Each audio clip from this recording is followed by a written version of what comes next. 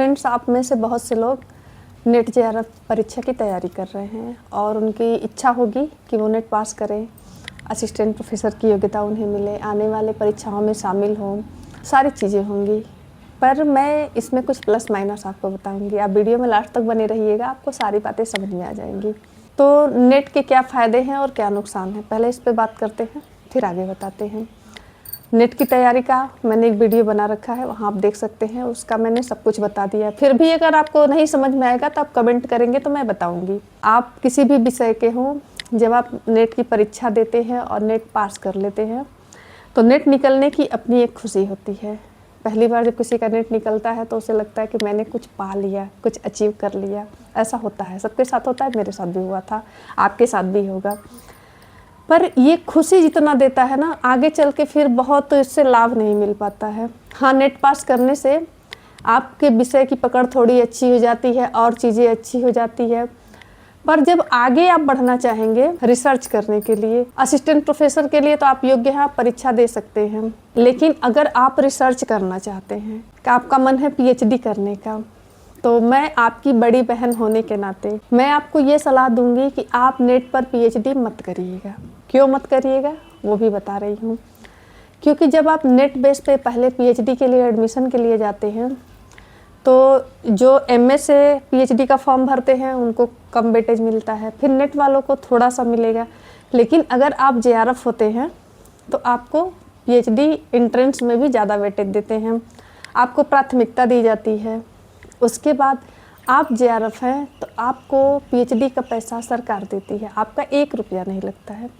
लेकिन अगर नेट है तो मेहनत आप उतना ही करेंगे, सारा लगन से करेंगे, सब कुछ करेंगे और आपको 1 पैसा नहीं मिलेगा, आपको घर से लगाना पड़ेगा।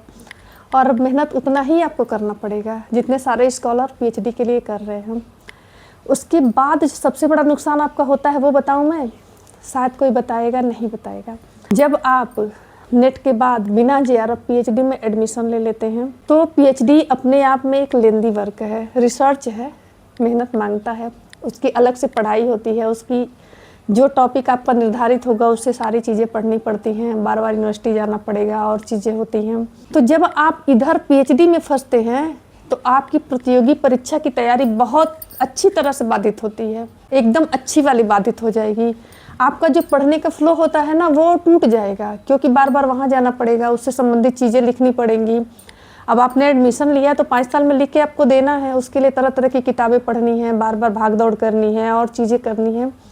तो जो प्रतियोगी परीक्षा का आपका फ्लो चल रहा था, जो आपने बहुत अच्छे से अपनी तैयारी की, बहुत अच्छे से पढ़ाई की, वो सब खत्म हो जाता है। अब आपके पास 2 रास्ते हो जाते हैं और जब 2 रास्ते हो जाते हैं ना तो आदमी की चाल धीमी, कभी इधर पर जाएगा कभी उधर जाएगा, फिर वो फ्लो ख़त्म हो जाता है। ये इस परीक्षा को पास करने के बाद पीएचडी में एडमिशन लेने का सबसे बड़ा नुकसान होता है। और बता दूं, जब एपीआई स्कोर बनता है तो अगर आप जेआरएफ से पीएचडी करते हैं तो आपका स्कोर ज़्यादा जुटता है। लेकिन अगर आप नेट से पीएचडी करके जा रहे हैं तो वहाँ आपका स्कोर थोड़ा कम जुटता है, वहाँ भी आपका नुकसान है। तो मेरे बंधु, मेरे भाई, मेरे बहन, जितने लोग मुझे सुन रहे हैं, मुझे फॉलो कर रहे हैं, मैं आपसे यही कहना चाहूँगी, आप इस परीक्षा में बैठिए, खूब मन से बैठिए, ईश्वर करे आपका नेट हो जाए, जेआरएफ हो। लेकिन जब नेट हो जाए तो रुकिएगा मत और कहीं एडमिशन भी मत लीजिएगा। आप अगली परीक्षा दीजिएगा जेआरएफ के लिए। जब तक कि आपकी जेआरएफ की उम्र है तब तक कहीं रिसर्च में जाने की ज़रूरत नहीं है। और तब तक आप नौकरी की तैयारी करिए, प्रतियोगी परीक्षाओं की तैयारी करिए, क्योंकि यहाँ से आपको फेलोशिप भी नहीं मिलेगा, आपका टाइम भी फंसा रहेगा, आप बुरी तरह फंस जाएंगे। लेकिन जब आप वहाँ नहीं फंसेंगे तो नेट होते हुए अगर आप प्रतियोगी परीक्षा की तैयारी कर रहे हैं तो आप असिस्टेंट प्रोफेसर बन सकते हैं, आपकी समस्या का समाधान हो जाएगा। तो इसका नुकसान ये है लेकिन फ़ायदा ये है। और अगर आपको पीएचडी करनी है तो पहले जेआरएफ पास करिए, उसके बाद पीएचडी करिए, आपको अच्छा लगेगा, आपको कुछ पैसे भी मिलते रहेंगे तो दुख कम होता है कि चलो खर्चे निकल रहे हैं, घर से नहीं देना पड़ रहा है। खैर, प्रतियोगी परीक्षा तब भी बाधित होती है, लेकिन थोड़ा पैसा मिलता रहता है तो चीज़ें आसान हो जाती हैं, उतना दुख नहीं होता है। तो यही इस परीक्षा का फ़ायदा और नुकसान है। बाकी आप लोग तैयारी करिए। मुझसे कुछ भी पूछना हो तो आप कमेंट में ज़रूर पूछ लिया करिए, मैं आपके लिए अवेलेबल हूँ।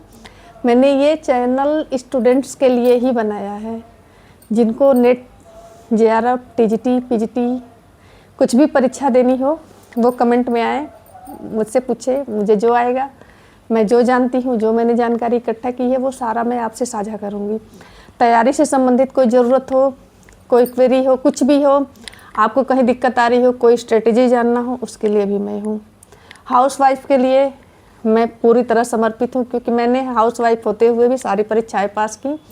तो और भी जितनी मेरी जैसी मेरी बहनें जो इस फील्ड में आना चाहती हैं, उनके लिए मेरे इस चैनल के दरवाजे खुले हुए हैं। आप कमेंट करिए, मैं आपका सहयोग करूँगी। वीडियो आपको कैसा लगा बताइएगा ज़रूर। अगले वीडियो किस टॉपिक पे चाहिए कमेंट करिए, मैं बनाऊँगी। मिलते हैं नेक्स्ट वीडियो में। तब